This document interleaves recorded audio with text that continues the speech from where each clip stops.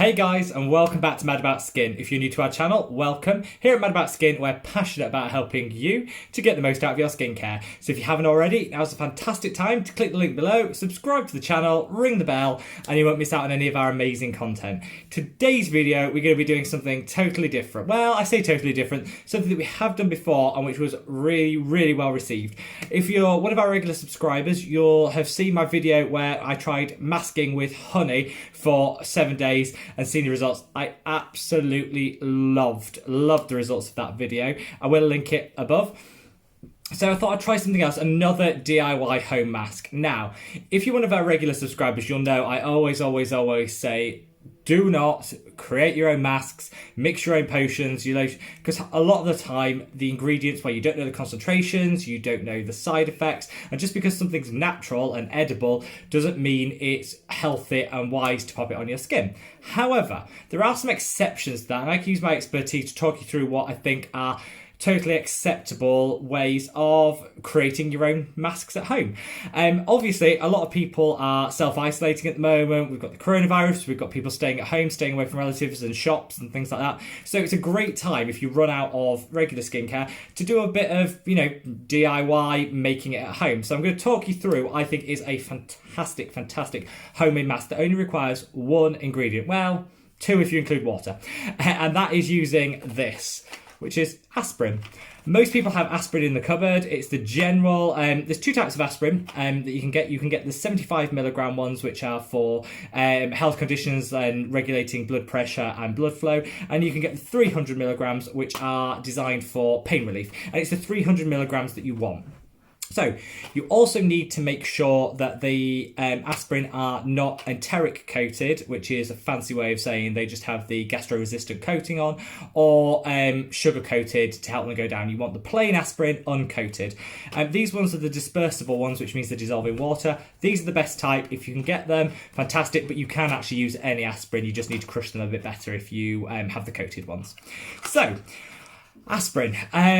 Why would we use this as a face mask as opposed to a painkiller? Well, simple. Aspirin in its plainest form is salicylic acid. Now, if you've watched this channel before, you know I go on and on about how amazing salicylic acid is, particularly for people with acne skin, clogged pores, and just as a general exfoliator, it is fantastic. And aspirin is just a high-strength salicylic acid, so if you wanted for a cheap alternative to some of those expensive Paula's Choice salicylic wipe, The Ordinary do a salicylic, you might get the Inkless. This is it. So I picked up 16 tablets here in the UK, aspirin tablets, for 40p. So we're talking under $1. I don't know, there's different healthcare systems here in the UK to the US, so I don't know the exact price in the US, but we're not talking big money. We're talking a couple of dollars maximum. And it's fantastic as a face mask. So I'll talk to you the benefits of using an aspirin face mask, and then I'll show you how to do it.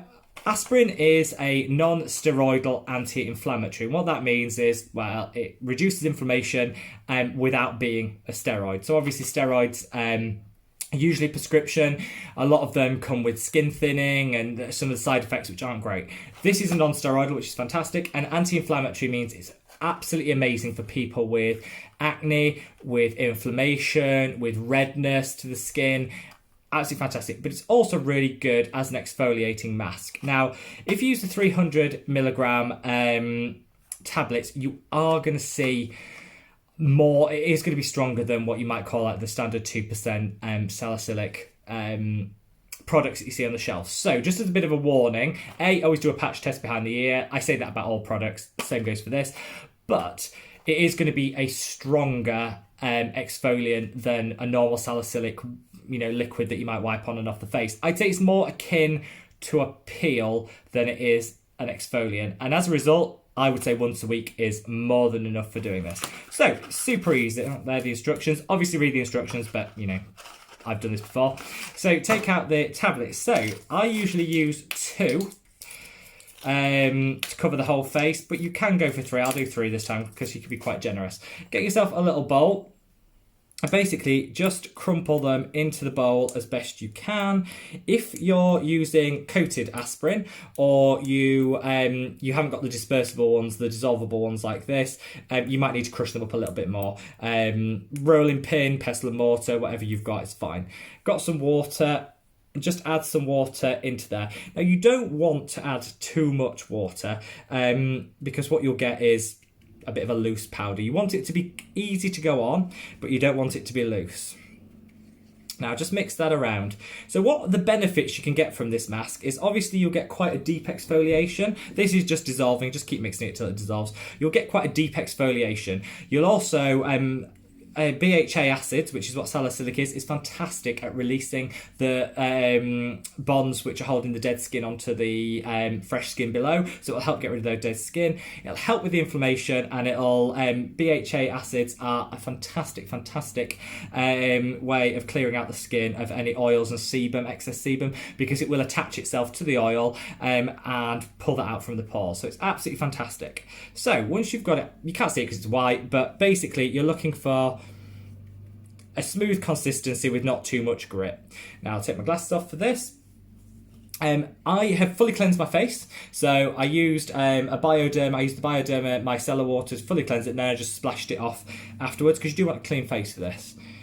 And just apply it to the skin. Now, you can wet the face a little bit first, but I put quite a bit of water into this, so I don't think I need to add any more water, but you need it watery enough that you can spread it, but not so liquid that it's running all over the place. Make sure you get it all and just rub that in. Now, for those of you, I never recommend a manual exfoliant because I think it does a lot of damage to the skin, micro tears, we've gone through that before. But this is a fantastic way if you do want a slightly gritty exfoliant. This is fantastic because it dissolves, so it's doing minimal in the way of creating any abrasions. It does give you that very light exfoliant. Right, and that's it. Leave that on.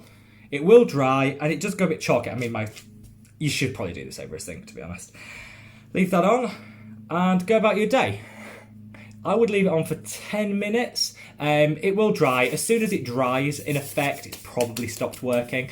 So I won't worry too much about the time. I think 10 minutes is more than enough.